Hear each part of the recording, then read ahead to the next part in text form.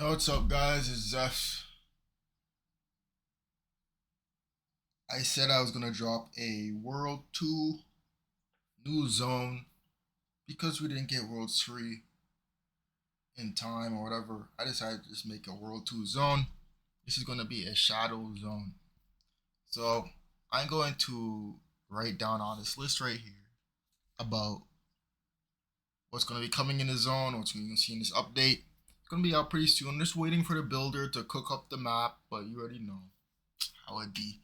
Anyway, so if I if it takes too long, I'm gonna just do it myself. I'm gonna just build it myself. Anyway, so let's get into it. So the first thing I want to say is for this update, the level cap is hitting 2,000. Now you're gonna be like, what? It's already so hard to get level 1401. I'm increasing the EXP a lot. The EXP range is gonna be much more different, so don't worry about it. I was also thinking of making it unlimited EXP. I mean unlimited leveling. Let me know if y'all rather just prefer level caps or have unlimited leveling. Let me know. If you do unlimited leveling, that means honor is completely wasted. Not gonna be used ever again. But let me know what y'all think. Anyways, so in this zone we're gonna have 3 mobs. And we're gonna have 1 boss at the end. And this boss has a long cooldown and requires a ritual for it to be summoned. And you can get the soul pieces using the mobs above. So you're going to get drops from these mobs, and then they're going to go into your inventory, and you're going to use those drops to summon the mob boss. That's pretty much it. And there's 2 weapons you can get. There's a crafted weapon that you can craft using the mob drops, or you can get one from the boss. Of course, the one from the boss is going to be better, but the crafted one isn't too bad. And there's 2 new armor sets. There's going to be a new armor for tanking, a new armor for damage, and then a new accessory.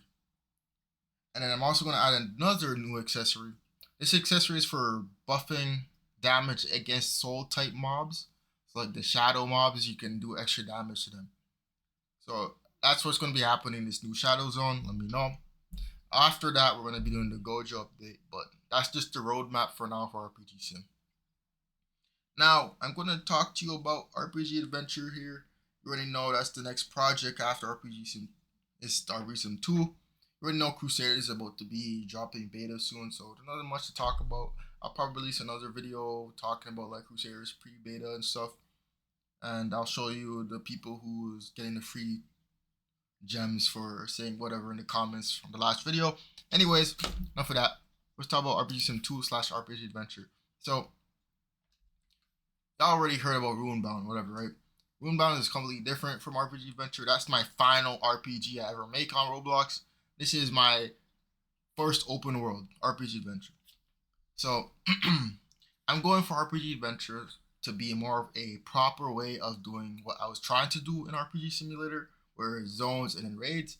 But I'm actually going to do worlds as just a big open world with like 2 raids in it, and that's it. And I continue that formula from there on out. And there's no like crazy level changes or gaps or anything. It's gonna be linear, and then the difficulty is gonna get exponentially higher, but not too difficult, so the mobile players don't start crying in my DMs saying the game's too hard. Anyways, so let me show you what we're going to be doing. So for things to keep, as you can see, I'm saying add pets, crafting is gonna stay, runes, and relics. So I don't know if we're gonna do relics for sure. That's where it's question mark, of course. But it's relics. I'm thinking making go like some kind of Genshin Impact route. But obviously we're not gonna do it as bad as Genshin. We're probably just gonna make it so it's more like fluid and easier to farm. But that is not confirmed yet, so that's why it has a question mark. Things to add, we're going to do a proper quest system, achievements, currency exchanges.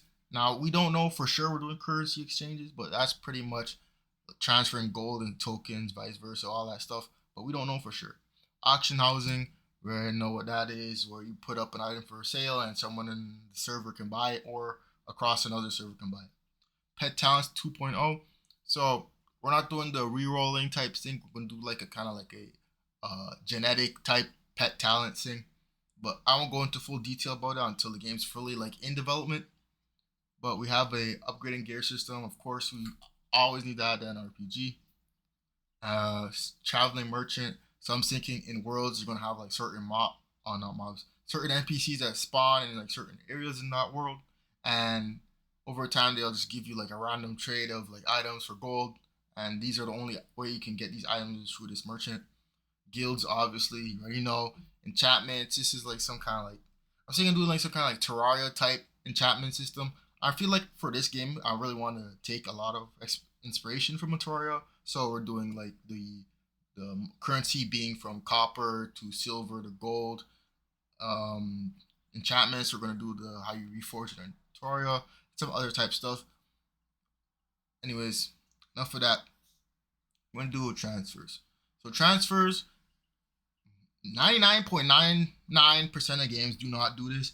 So I think people should be really grateful for me doing this, but community give back to Ben. I'm gonna show you this right now. So for the first 5 days of release, players with these game passes get rewards. So if you do if you had the 2 times EXP game pass from RPG Sim, you get 150 hours of 2 times EXP. Y'all do not know how much that is, bro. 150 hours of 2 times EXP for free just for having a game pass. That's completely free. You getting VIP in RPG Sim transfers you to having VIP in RPG Adventure. It's crazy. But the only way you can obtain this is by joining the game in the first 5 days. That's it.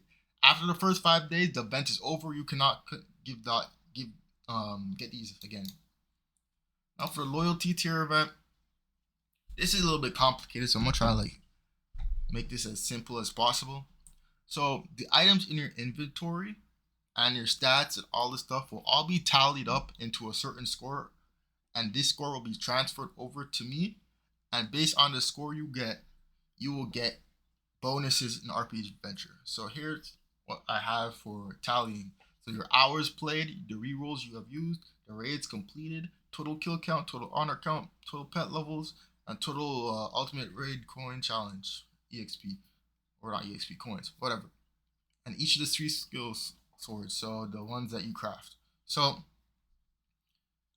using it, I don't have an exact score because some of these values will be worth more than others, but based on the score you'll get a loyalty tier. So if you have 1k points, you get 1k tokens, 10k gold, vanity weapon, loyal title, tier 2, and you can read it, pretty much it. It's pretty simple, I think it's pretty cool, but that's what I'm just planning on doing. I can show you a little bit of what I've cooked up for the game. Let me show you right here. So here, this is the title screen I'm working on. Nothing crazy, nothing exciting, but this is what I'm gonna plan on working on, right? And then after that loads, you're gonna get this, and then you can click on the file, and then you're able to just join wherever you were last saved in. So this character was level 5, and his last scene was in World 1, the village, and then you can do plus. So we're thinking of doing multiple save files, of course, and probably gonna do max limit of like 3 or 4, or you have to buy like an extra slot. But that's pretty much it. Let me know your opinions. Tell me or say in the comments what you feel about the zone for World 2 and RPG Sim 1, and then whatever you want to give me an opinion for RPG Adventure / RPG Sim 2. Anyway, feel free to let me know, and I'm out. Peace.